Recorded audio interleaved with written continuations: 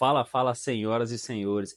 Olha só, tô trazendo um produtinho exclusivo para você que vai fazer o concurso da educação, tá? Especificamente para o cargo de apoio administrativo.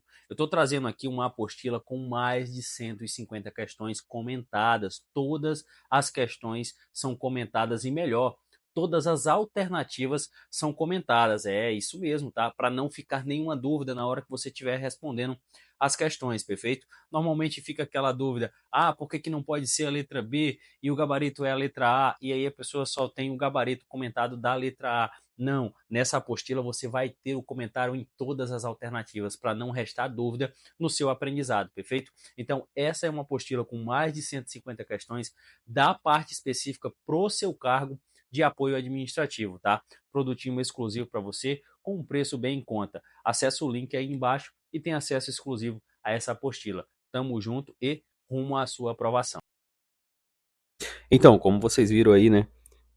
Eu tô trabalhando agora com uma apostila, tá, galera? Como foi dito aí, com mais de 150 questões todas comentadas, tá? Focadas exclusivamente na banca do seu concurso, já que a banca deu esse mole de realizar a prova e ter que anular essa etapa por alguns problemas e empecilhos que tiveram, a gente conseguiu definir aí como que vem a cobrança da banca, tá? E aí com isso eu resolvi fazer esse filtro, tá?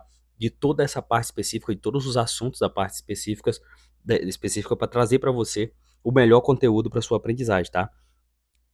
Ó, jogo rápido, só para você conhecer a apostila é essa aqui, tá, galera? Ó, quando você adquirir, você vai abrir ela, tem uma breve introdução e aí, amigo, não tem perca de tempo, já cai direto para as questões, ó. São, cara, mais de 150 questões. É questão para mais de metro, amigo. E todas as questões, elas vêm divididas por tópico. O que acontece? Você tem as primeiras questões aqui, ó, que são, obviamente, de direito administrativo. Depois que finalizar o tópico de direito administrativo, a gente já cai para o segundo tópico do seu edital, que é o quê? Rotinas de compra. Olha só, já está aqui. Então, fica melhor para você manter as suas revisões, tá? Porque você sabe aonde se situar e está dividido cada tópico. Hoje eu estou a fim de revisar as questões de rotina de compra. Você vai ter como sinalizar e encontrar elas, tá? Dentro da apostila com maior facilidade. E, obviamente, os gabaritos eles vêm separados. Olha só, eu tenho vários gabaritos aqui que lá na plataforma você vai encontrar. Eles estão tudo dividido por tópico também. Ou seja, você vai ter um material de mais rápido acesso para a sua revisão, tá? Para encontrar cada tópico, perfeito? Então, um jogo rápido só para quem adquirir aqui e conhecer, tá? Vai estar dividido assim. Tem a apostila com todas as questões dividida por assunto, entre cada questão que vai encerrando um assunto entrando no outro, e você tem o gabarito de cada assunto. São vários gabaritos separados, tá? Por assunto, para você ter uma melhor, você encontrar, né, com mais facilidade e ter uma melhor revisão na hora de praticar as questões, perfeito? Então, vamos lá agora, vamos partir direto para as questões. Então, vamos lá, galera, ó, vamos resolver umas questõezinhas hoje, tá? De direito administrativo e princípios da arquivologia, tá? Esse vídeo aqui é em homenagem a 1K de seguidores, que eu até postei lá no meu grupo exclusivo do WhatsApp. Ed, não tô nesse grupo. Cara, o grupo tá aí na descrição do vídeo, tá? Inclusive, adianto de antemão, Ed, o formato tá meio estranho, cara. Esse negócio aí, as questões estão meio, sei lá, não estão organizadas direito. Eu organizei direito. O que que aconteceu? Quando eu fui formatar para transformar em PDF, eu não sei o que aconteceu, cara. Meio que descentralizou tudo, ficou um pouco mais difícil de trabalhar, mas vai dar para trabalhar direitinho. Principalmente porque você já deve ter o PDF em mão, porque esse PDF eu vou estar enviando, tá? No meu grupo exclusivo do WhatsApp. Porra, Ed, não faço parte do grupo exclusivo do WhatsApp, você fica falando nesse grupo. Cara, o link tá na descrição. Você deveria fazer parte desse grupo, porque lá eu coloco todos os PDFs das aulas, sinalizo quando vai ter aula nova, faço sorteio, comunico tudo a respeito desse e dos próximos concursos que estão por vir. Então, o ideal é que você faça parte. Aonde está o link? Está na descrição do grupo, do vídeo, ok? Então, entra lá, faz parte e provavelmente você já deve ter o PDF em mão, então vai ter facilidade em trabalhar. A gente vai trabalhando aqui devagarzinho umas questões e aí você vai acompanhando com o seu PDF, ok? Então vamos lá, vamos para a primeira questão. Ó, as primeiras questões aqui a gente vai trabalhar um pouco de direito administrativo e as últimas a gente vai estar trabalhando um pouco de princípios da arquivologia, tá? Então vamos lá, olha só, primeira questão. Em relação à organização administrativa, relacionar as colunas e assinalar a sequência correspondente. O que que é isso? Ele está querendo aqui nada mais nada menos do que, ó, para a gente dizer o que é concentração, o que é descentralização, que é o 2, tá? A centralização, que é o 3, e a descentralização, que é o 4, tá? Então vamos lá. Deixa eu só apagar aqui. E aí ele vem trazendo a descrição de 1, 2, 3 e 4. Aqui ele quer saber qual que é a centralização, qual que é a descentralização, qual que é a concentração e a desconcentração. Vou fazer um resumo breve do que é a concentração, a desconcentração, a centralização e a descentralização, só para você não ficar um pouco perdido. Olha só, a concentração, ela é a execução, vamos para a primeira aqui, ó. A concentração, tá? Ela é a execução de competências administrativas por uma única, guarda isso aqui, ó, uma única pessoa jurídica. Não existe, não tem divisões internas, ok? Isso aqui é a concentração. Aí a gente tem a centralização, melhor, a descentralização, olha só. Desconcentração, perdão, olha só. Para a gente seguir a sequência correta aqui. A gente tem a desconcentração agora, que é o nosso item 2. O que é a desconcentração? Cara, a desconcentração ela é a técnica de divisão interna de competências, olha só, dentro de uma mesma pessoa jurídica. Dentro dessa mesma pessoa jurídica, ela cria órgãos públicos despersonalizados, tá? Isso aqui é a desconcentração. A gente tem também a centralização, que é o nosso item 3. Deixa eu colocar assim, que vai ficar melhor da gente visualizar. Inclusive eu vou deixar marcado o que é o 2, o 3 e o 1. Olha só. Aí a gente vem agora... Deixa eu só mudar aqui, tá? A gente vem agora para a centralização. O que é a centralização? A centralização, ela ocorre, tá? Quando as competências administrativas, elas são realizadas diretamente pela administração direta. Ou seja, ela não tem delegação de funções a outras entidades, ok? Então isso aqui é a centralização. E a gente, por último, tem a descentralização, que é a mais conhecida e a mais utilizada até. Que a descentralização nada mais é do que ela consiste, né, na transferência de competências administrativas a outras pessoas jurídicas autônomas, criadas por quem? Criadas pelo Estado, ok? Então aqui é a descentralização. Isso aqui é um resumo breve, tá? Só para você ficar ligado no que é cada um. Então agora a gente vem julgar cada item desse aqui. O primeiro ele vem falando assim, ó. É uma técnica, né? É a técnica de cumprimento de competências administrativas, olha só, por uma única pessoa jurídica governamental. Lembra que eu falei para você? Única pessoa jurídica. Isso aqui nada mais é do que a centralização, perfeito? Então aqui, ó, corresponde ao 3, tá? Que é a centralização, perfeito? Falou em única pessoa jurídica, é a centralização. E aí a gente tem o item 2 que fala aqui, é a técnica de cumprimento de competências administrativas, olha só, por meio, tá, de órgãos públicos despersonalizados e sem divisões internas. Isso aqui nada mais é, tá? Isso aqui nada mais é do que a concentração, perfeito? Olha só, item 1. Isso aqui é a concentração. Falou em despersonalização sem divisões internas. Olha só, não existe divisões internas, ok? Então, se não existe divisões internas, é por uma única pessoa jurídica. Ou seja, isso aqui é a concentração, ok? Então, vamos lá. O item 3 aqui. Aqui a gente já tem como sequência 3 e 1. Deixa eu descer mais um pouco. Olha só. A gente tem o 3 aqui. A gente já acharia o gabarito, né? Olha só. O gabarito aqui a gente já teria a mão dele, que é o quê? É a letra A. Deixa eu logo até marcar aqui, ó. Gabarito letra A, que essa é a única sequência que a gente tem. Inclusive na sua prova, se você tem certeza do que está fazendo, tá? Você já mata a questão e vai embora, para não perder tempo. Mas olha o item 3. Ele fala que as competências administrativas são distribuídas a pessoas jurídicas autônomas, olha só, criadas pelo Estado para tal finalidade. A gente viu, tá? Que isso aqui é a nossa chamada descentralização, tá? Item 4, ó. É a nossa descentralização. Falou nessa distribuição, né, das pessoas jurídicas autônomas criadas pelo Estado, isso aqui é a descentralização. E óbvio, por último, sobra aqui pra gente, tá? Sobra aqui a última, que é: as atribuições são repartidas entre órgãos públicos pertencentes a uma única pessoa jurídica. Lembra? Única pessoa jurídica remete ao quê? Remete à desconcentração, que é o nosso gabarito aqui, ó, o item 2. Perfeito? Então a sequência correta: 3, 1, 4 e 2, gabarito letra A, ok?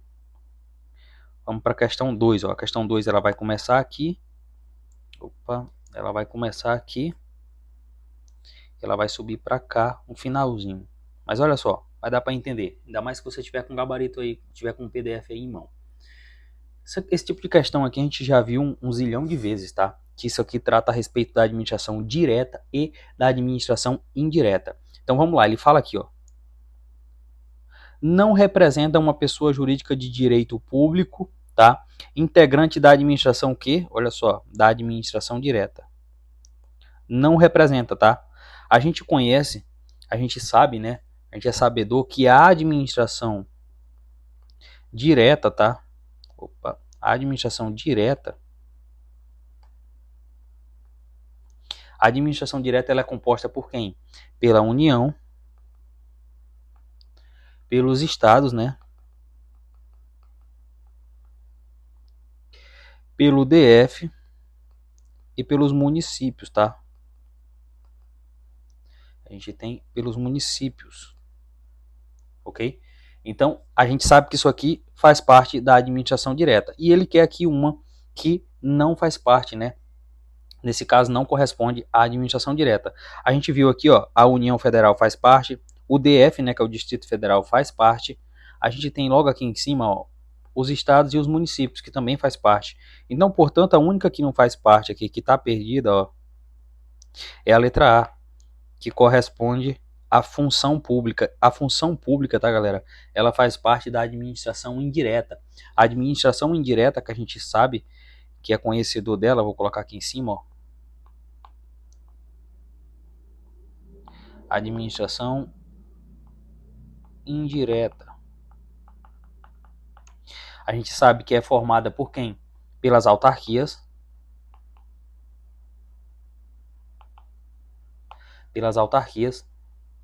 pelas fundações,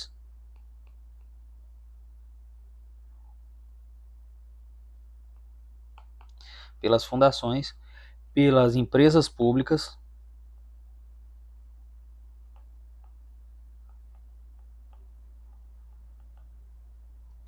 e também pela sociedade de economia mista, tá?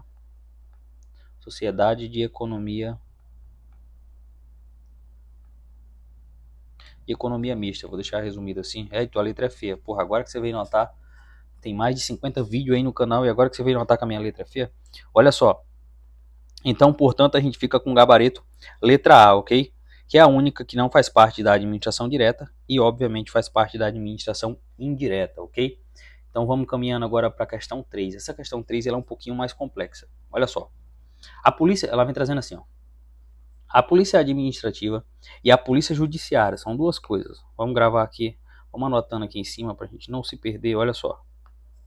A polícia administrativa e a polícia judiciária, tá? Olha só. São órgãos do executivo que exercem funções distintas, mas complementares, para garantir o interesse público.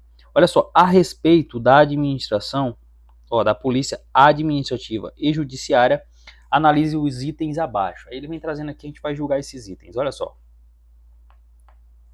Primeiro item, a polícia administrativa atua antes do crime. Olha só, a polícia administrativa, ela atua antes do crime para evitar danos à coletividade. Perfeito, esse item está correto. Por quê? A polícia administrativa, tá? Ela exerce um trabalho mais preventivo, agindo justamente para evitar que as infrações elas ocorram.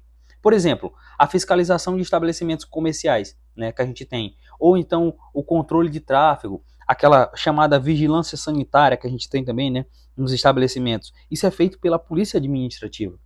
E isso vem para quê? Para evitar que ocorram danos futuros. Então, portanto, a polícia administrativa ela tem sim esse papel e, portanto, esse item está correto. Olha o item 2.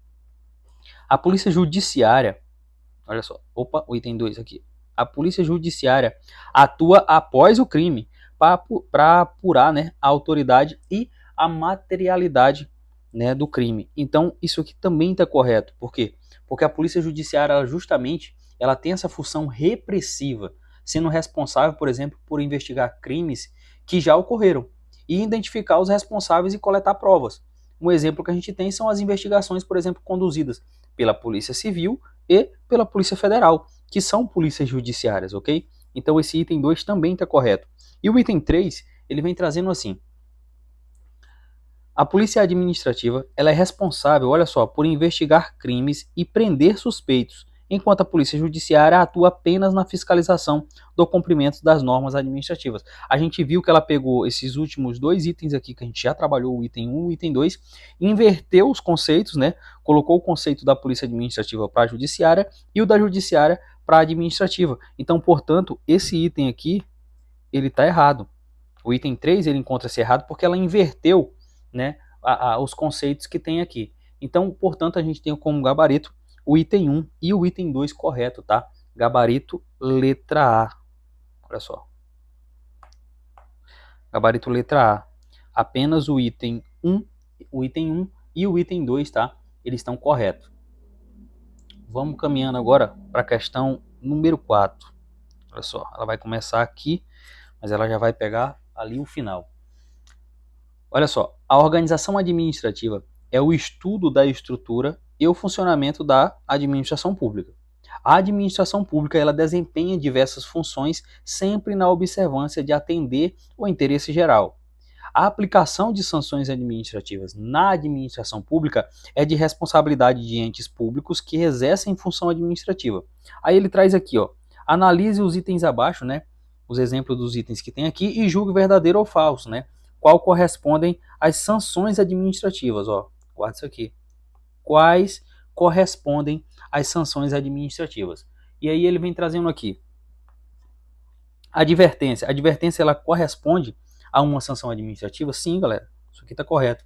A advertência, ela é uma sanção administrativa de menor gravidade e ela é aplicada em situações onde existe, né, o descumprimento de obrigações de uma forma, digamos que menos grave, tá?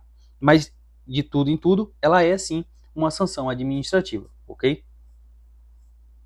Aí a gente tem o 2, que fala assim: impedimento de licitar e de contratar. Apesar disso aqui fazer parte da lei de licitações, isso aqui também está certo, tá?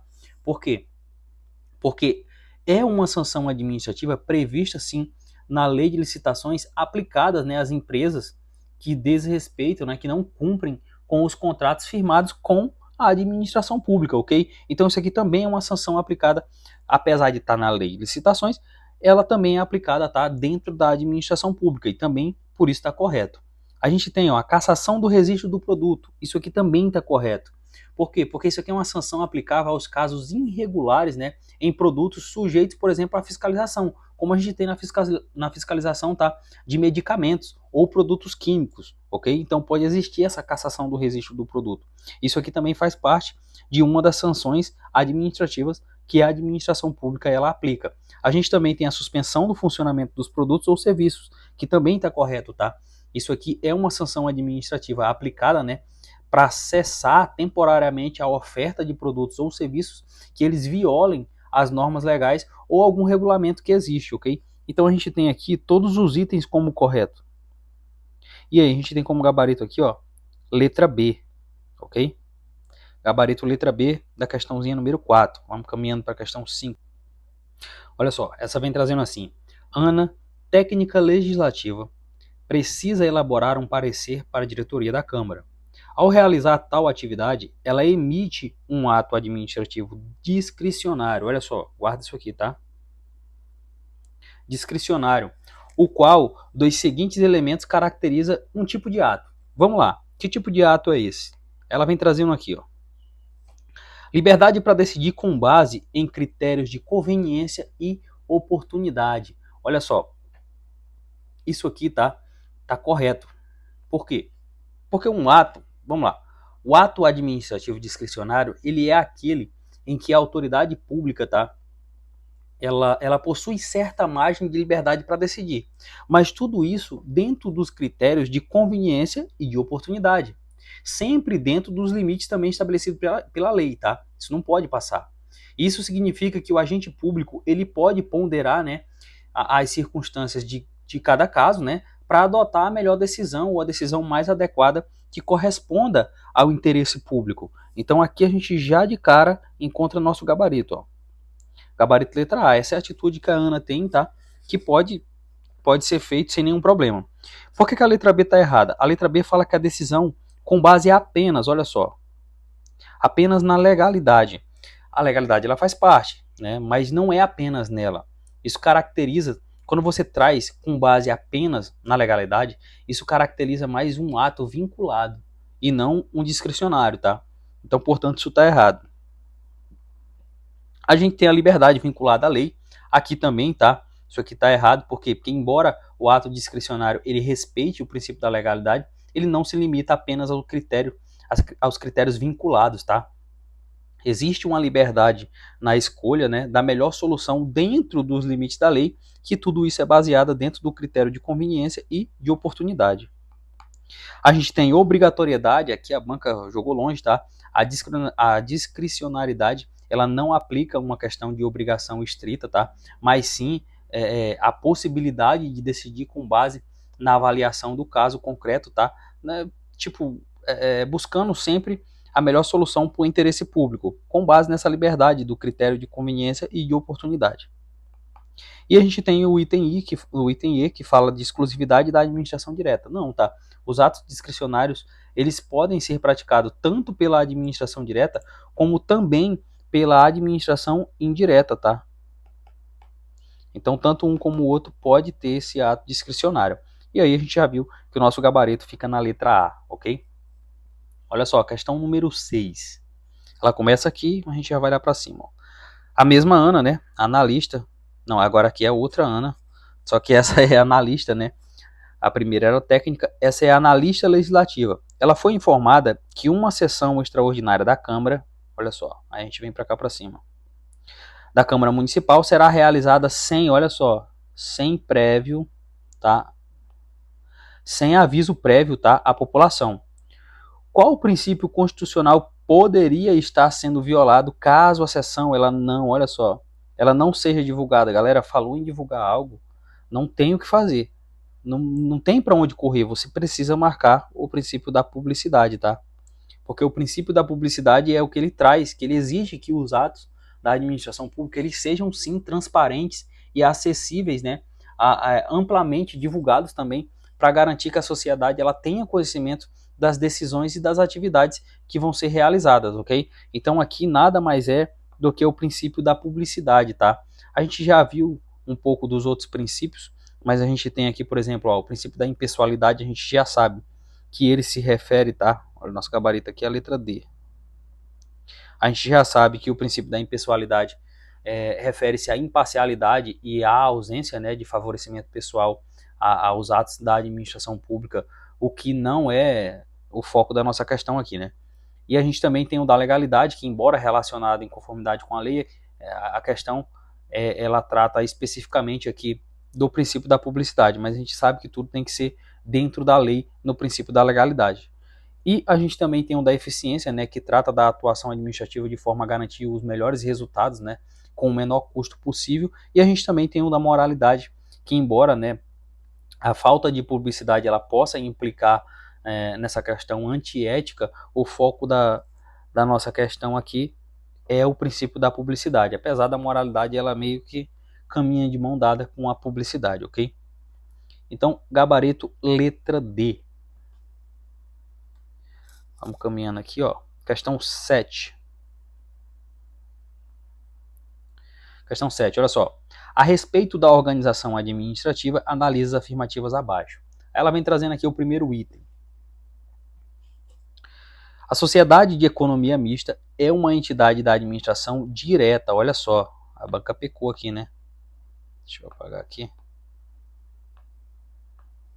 Administração direta, a banca pecou, né? A gente já sabe que a Sociedade de Economia Mista, na verdade, ela é da indireta. Então esse item aqui ele já está errado.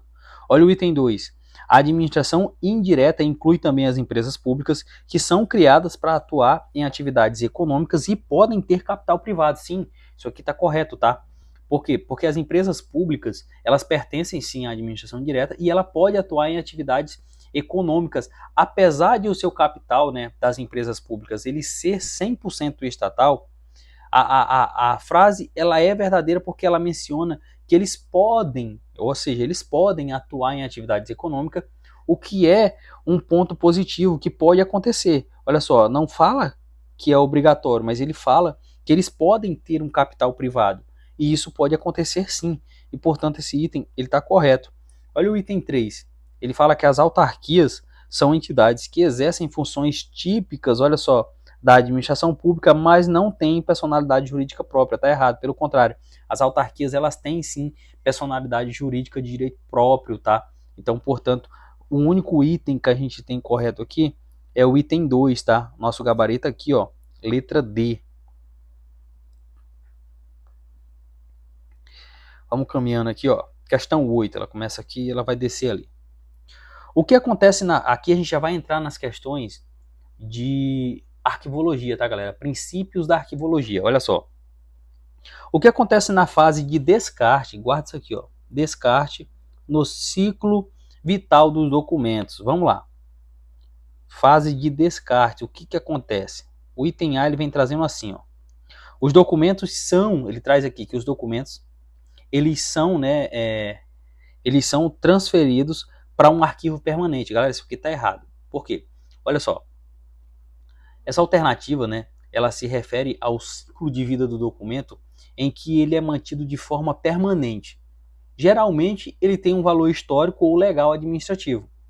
Ou seja, ele significa que nessa fase de preservação ou de armazenamento permanente, isso aqui ele não faz parte do ciclo de descarte, mas sim ele faz parte daquele famoso ciclo que a gente tem dos arquivos correntes, intermediários, né, e permanentes.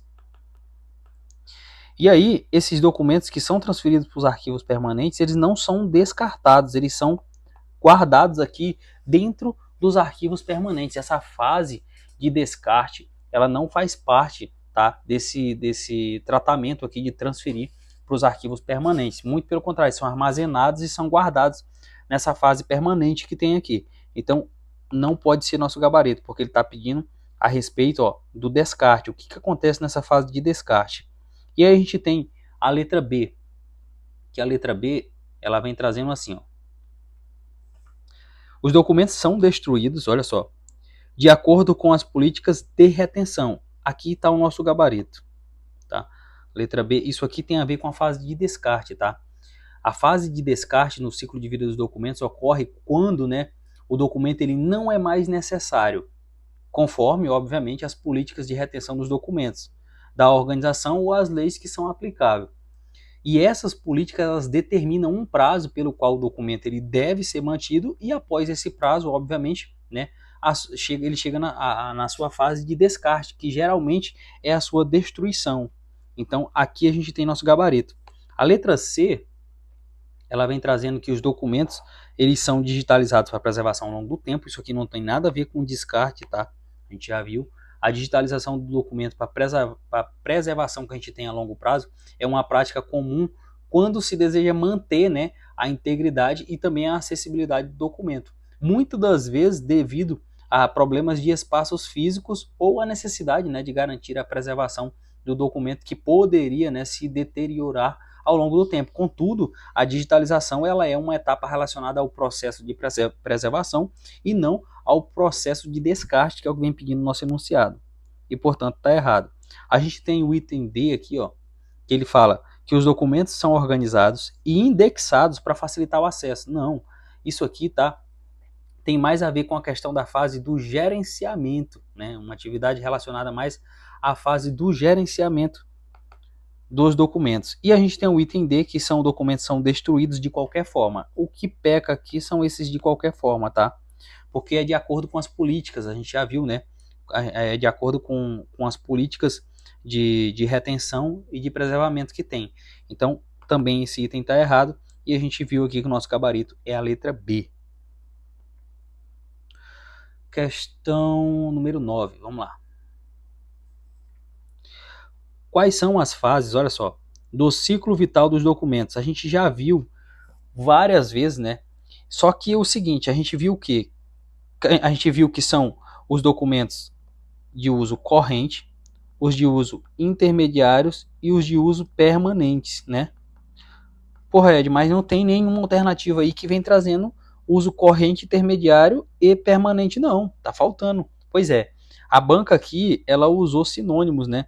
E ela tirou a fase corrente e usou outros nomes, né? Mas a fase permanente e a fase intermediária, ela manteve. Então aqui você tem que ter a malícia de entender que se você for brigar por recurso, né? Se você for brigar por recurso aqui para a banca poder anular a questão, ela não vai anular. Por quê? Porque ela só trocou a nomenclatura aqui e colocou alguns sinônimos. Inclusive, fica até fácil de identificar quando você começa a ler. Você só precisa ter a coragem para ler, tá? Então vamos lá. O item A ele vem trazendo assim, ó: criação, arquivamento, descarte e distribuição. Embora, tá, galera, a criação e o descarte eles sejam parte do ciclo vital dos documentos, o arquivamento e a distribuição não são exatamente fases típicas, tá, do ciclo vital dos documentos. Então, por isso está errado. A gente tem também no item B, olha só, criação, armazenamento, transferência e preservação. Galera, a alternativa menciona criação, armazenamento, transferência e preservação. Mas essas fases, elas não são exatamente representadas, são representações, né, formais do ciclo de vida do documento. Além disso, a preservação ela está associada ao arquivamento permanente. Mas o ciclo ele é mais detalhado e organizado em fases mais específicas, que a gente vai ver logo mais. Olha só. A gente tem o item C, que por acaso, né, é o nosso gabarito da questão, por Red. Por quê? Olha só, a gente já conhece os arquivos intermediários e os arquivos permanentes. Quando ela colocou aqui produção e uso, isso aqui se refere aos documentos de uso corrente, tá? São apenas sinônimos trocados. Por quê? Porque essa fase ela descreve de forma precisa o ciclo de vida dos documentos, que vem o que? Com a sua produção, né, ou a sua geração do documento, o seu uso, que é a questão do arquivo corrente, né? Aí a gente tem os arquivos intermediários e os permanentes que a gente já conhece, tá? A produção, ela sempre vai existir. O uso tem a ver com aquela frequência do arquivo corrente, tá? Do uso do arquivo corrente que a gente tem, que são arquivos utilizados com maior frequência. E, portanto, esse é o nosso gabarito da questão. Tá? Geração aqui, ó, ela deixa errado a organização, tá? Aqui a gente já viu que preservação não tem a ver com a fase do ciclo, apesar de estar incluído ali dentro do arquivo permanente, mas a nomenclatura não muda, tá? E aí a gente fica com o nosso gabarito. Na letra C, porra, é de questão complexa, cara. Assim, se você for ler e for... se você não tiver preguiça de ler, tá? E você for anulando as questões que realmente elas não fazem parte do ciclo de vida do documento, os nomes que tem aí, você vai sobrar mais especificamente na questão na letra C, tá? E aí você vai marcar, obviamente, a letra C um pouco indeciso, mas consequentemente vai ser o gabarito correto, porque é o que mais se aproxima daquelas três fases que a gente mais estuda e mais tem conhecimento, que é a fase corrente, a fase intermediária e a fase permanente, tá? A banca ela só fez uma troca aqui de nomenclatura com alguns sinônimos e botou para jogo para confundir os candidatos, tá? Mas aí você fica esperto, lê tudo direitinho que você vai conseguir desenrolar sem nenhum problema, ok? Então vamos lá, ó, questãozinha número 10, pausa para água, né, meu? Não tem garganta que aguente. Vamos lá. Lá ele. Olha só. Durante o expediente, João, técnico legislativo, é solicitado a arquivar documentos oficiais da Câmara. Ele se depara com um conjunto de documentos relacionados a processos licitatórios, os quais devem ser arquivados de forma adequada para garantir a sua recuperação futura. Guarda isso aí, tá? O qual, aí ele vem trazendo, qual seria o método, né, de arquivamento, ó? Qual seria o método de arquivamento mais adequado, tá, para esses documentos? Então vamos lá. O que João tinha que utilizar aqui? Aí ele vem trazendo no item A, arquivamento alfabético. Galera, não. Por quê? Porque o arquivamento alfabético, né, ele organiza os documentos em ordem alfabética, obviamente. Geralmente por nome, né, de pessoas, empresas ou entidades. Embora possa ser útil em alguns contextos, no caso do processo licitatório, onde os documentos se relacionam a tipos de processos, temas ou categorias específicas, o arquivamento alfabético ele não seria o mais correto a ser utilizado. Ele não seria o mais eficiente, ok? Então, portanto, ele não pode ser nosso gabarito. A gente tem a letra B, que vem trazendo assim, ó, documentos, tá? Arquivamento, na verdade, arquivamento numérico sequencial. Olha só, o arquivamento numérico sequencial, ele usa números de identificação para organizar os documentos. Embora esse método ele seja útil, né, para registros que exigem uma sequência numérica, como por exemplo os registros financeiros, ele não é o mais adequado também para os processos licitatórios, pois esses documentos, né, eles podem ter diferentes características e temas, o que dificulta a recuperação das informações, né, se fosse organizada apenas pela essa questão numérica. Então, não pode ser nosso gabarito também. A gente sobe aqui, ó. Cara, essa formatação ficou muito ruim, velho. Muito ruim, mas é o que temos para hoje. Olha só. Aí ele vem trazendo aqui, ó. Arquivamento por assunto, perfeito. Aqui seria a atitude mais correta, tá? Que João deveria tomar. Por quê? Porque o arquivamento por assunto ele é o método mais adequado quando se trata de documentos que pertencem a categorias ou tópicos específicos, que é, por exemplo, o nosso caso aqui, que são os processos licitatórios. Nesse caso, os documentos eles podem ser organizados por categoria, como, por exemplo, o tipo de licitação que a gente conhece, que são as concorrências, as tomadas de preço, né? Editais, enfim. O objetivo da licitação, né, é o status do processo, entre outros que a gente tem. E esse método, ele facilita a recuperação futura, né, que é o método de arquivamento por assunto, e a consulta aos documentos relacionados ao tema específico, tornando ideal, né, para esse contexto apresentado por João. Então, aqui a gente tem nosso gabarito. A gente também tem na letra D o arquivamento por cor, tá? O arquivamento por cor ele não é um método convencional utilizado para a organização de documentos oficiais, tá? Especificamente em processos formais como licitações, ele não é utilizado. A gente também tem um arquivamento por ordem cronológica. Esse aqui, tá, galera? Ele trata, né, de organizar os documentos com base nas datas, né, em que eles foram gerados ou em que eles foram recebidos. Embora a ordem cronológica seja útil, né, em alguns contextos, como documentos relacionados a eventos sequenciais, ele não é a melhor escolha para os processos licitatórios, tá? Porque esses processos eles não seguem uma linha de tempo linear, ou seja, relacionada por datas, tá? É uma organização mais por assuntos e por isso o arquivamento por assunto ele é o mais adequado quando se trata disso. E aí a gente já viu que o nosso gabarito aqui é a letra C, ok? Vamos aqui para a questão 11, olha só. Beber uma água.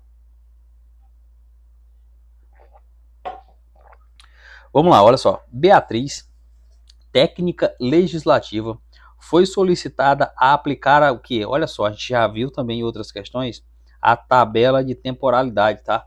Ela foi solicitada a aplicar a tabela de temporalidade aos documentos que estão no arquivo corrente. Lembrando que a tabela de temporalidade ela é aplicada tanto no arquivo corrente, quanto no arquivo intermediário, quanto no permanente, tá? Guarda isso aí. Mas aqui ela está trazendo a respeito do arquivo corrente. Aí ela diz, qual é a principal função, olha só, a principal função da tabela de temporalidade nesses documentos. Então vamos lá. No item 1, ele traz assim, ó, estabelecer o tempo em que os documentos devem ser mantidos antes de serem transferidos ou descartados. Perfeito, aqui a gente já tem nosso gabarito. A tabela de temporalidade, tá, galera?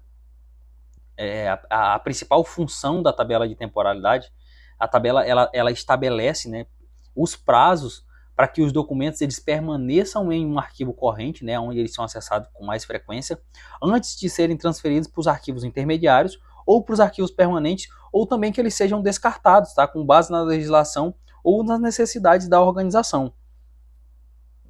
Então, de quebra aqui, de cara já, a gente já tem nosso gabarito da questão, tá?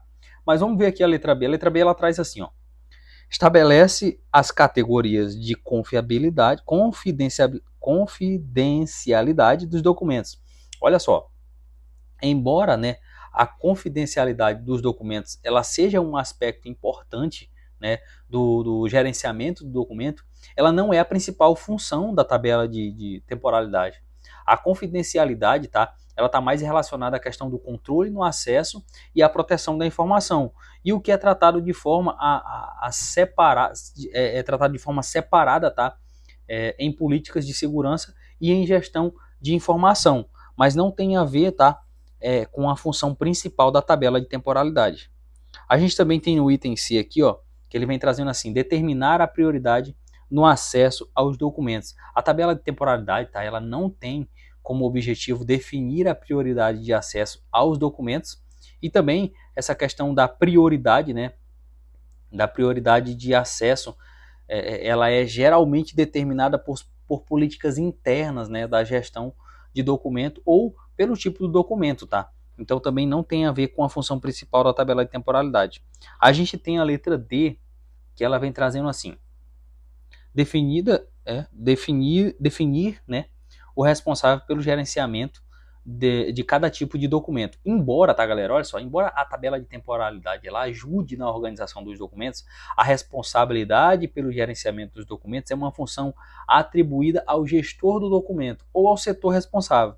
A tabela ela não designa diretamente as responsabilidades, mas sim ela orienta sobre o tempo de retenção e as ações subsequentes, né, que são as transferências que pode acontecer. Então também não é nosso gabarito. E a gente tem aqui, ó, a letra I, que fala que é classificar os documentos de acordo com a sua relevância. Galera, a tabela de temporalidade ela não tem como principal função tá, classificar a relevância dos documentos, mas sim determinar o tempo de retenção delas. Então também não pode ser nosso gabarito, a gente já viu que o nosso gabarito aqui está na letra A, ok? Vamos aqui para a questão 12, ó. Questão 12. O gerenciamento eficiente de agenda e protocolos é fundamental para a organização e o bom andamento das atividades em um ambiente corporativo. Ele vem trazendo aqui, qual das alternativas a seguir descreve uma prática ideal, né, para o controle eficaz de compromissos e protocolos. Vamos lá, essa aqui é uma questãozinha mais complexa. Vamos gravar algumas informações aqui, ó. Uma prática ideal para o controle eficaz de compromissos e protocolos. Vamos lá. A letra A traz assim: atualizar a agenda uma vez por semana, olha só, pois os ajustes frequentes podem causar confusão na execução da tarefa. Não, pelo contrário, tá? Embora seja importante ter uma visão geral da agenda, as atualizações semanais elas não são ideais para um gerenciamento eficiente de compromisso, tá? Especialmente em ambientes bastante dinâmicos. Os ajustes frequentes, como atualizações diárias, elas são necessárias para garantir as mudanças e os imprevistos que podem ocorrer, né? Que sejam incorporados rapidamente a essa questão da agenda. Então, o ideal seria que realmente fosse com uma frequência maior, ou seja, diariamente, não uma vez por semana. Vamos descer aqui. Olha só, letra B. A letra B traz assim: controlar a agenda de forma verbal, confiando na memória para relembrar os compromissos e protocolos. Se eu tivesse que fazer isso aqui, eu tava fodido, né? A memória não é boa não, galera. Confiar na memória para controlar os compromissos e protocolos não é uma prática eficiente e muito menos confiável, tá? Então isso aqui também está errado. A gente tem a letra C que traz assim, ó: registrar todos os compromissos e documentos, tá? Olha só, todos os compromissos e documentos apenas em formato eletrônico, visando a redução do uso de papel e sustentabilidade. Embora, tá, galera, o uso eletrônico ele seja uma prática cada vez mais comum e benéfica, né, para a sustentabilidade e a organização, ela não é a única utilização, né?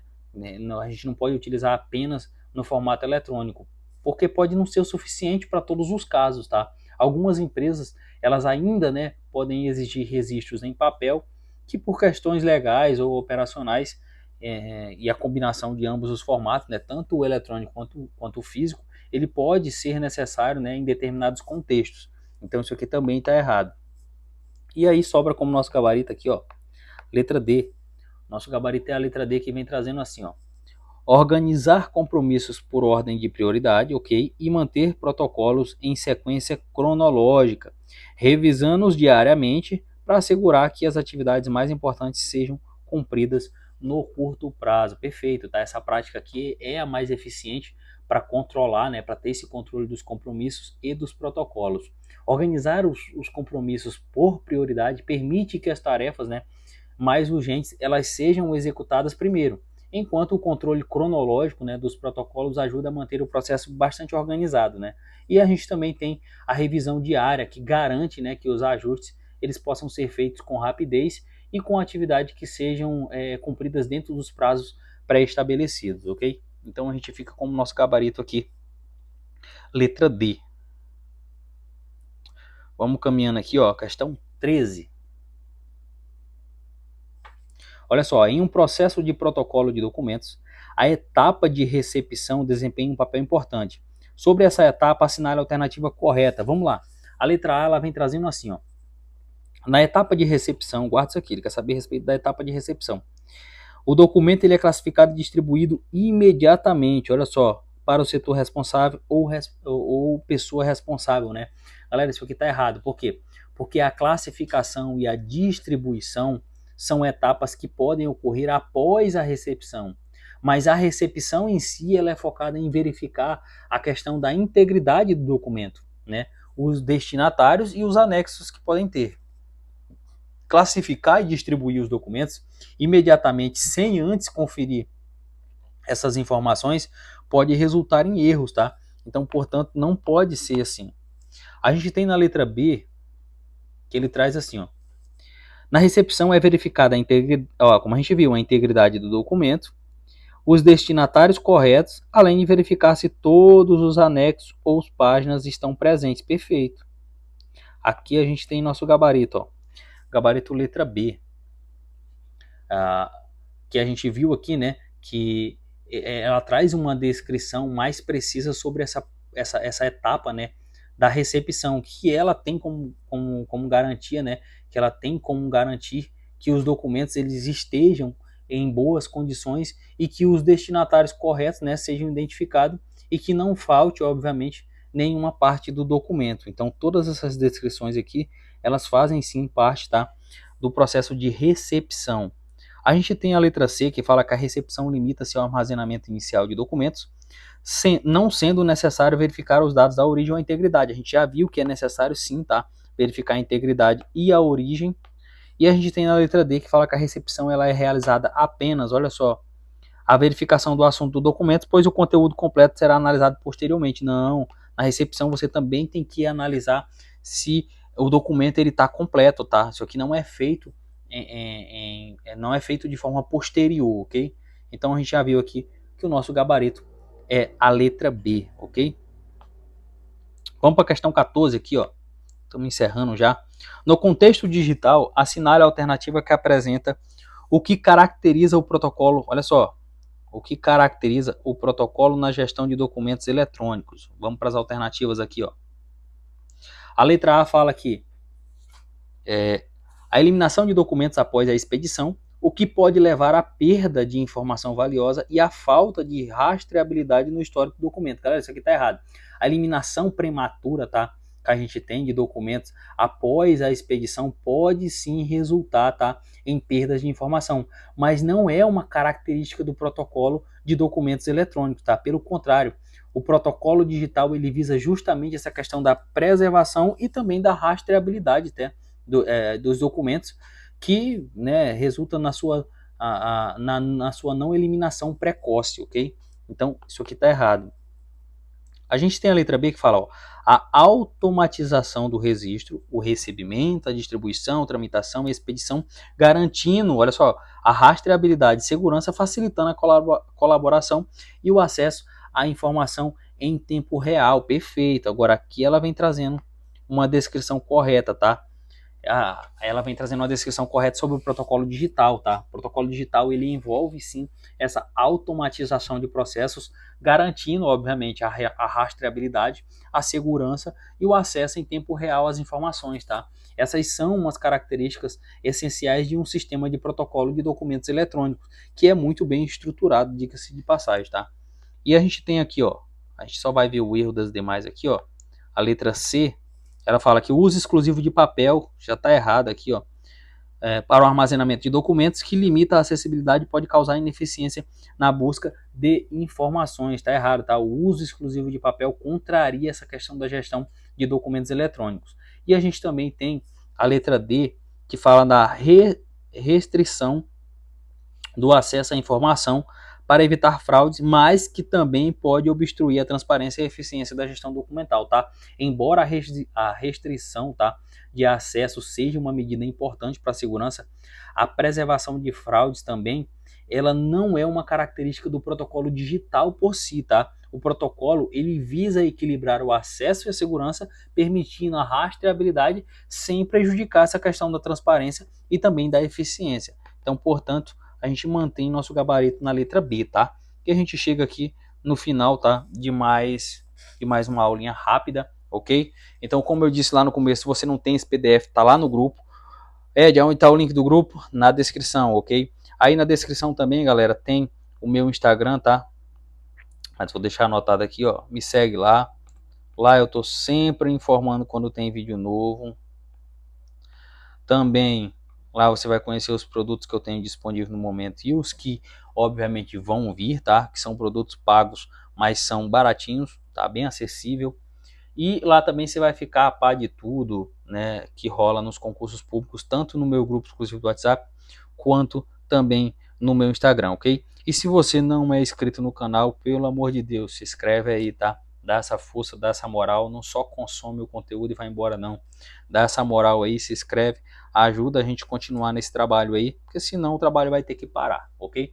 E para te entregar material igual eu entrego aqui, eu estou entregando, na verdade, para esse concurso da educação e pretendo entregar para os demais, dificilmente você vai achar um canal que faça isso de forma gratuita como eu faço. Então, a tua maneira de me agradecer é se inscrevendo aí, deixando o teu like, deixando o teu comentário e me seguindo no Instagram, ok? Tamo junto e até a próxima.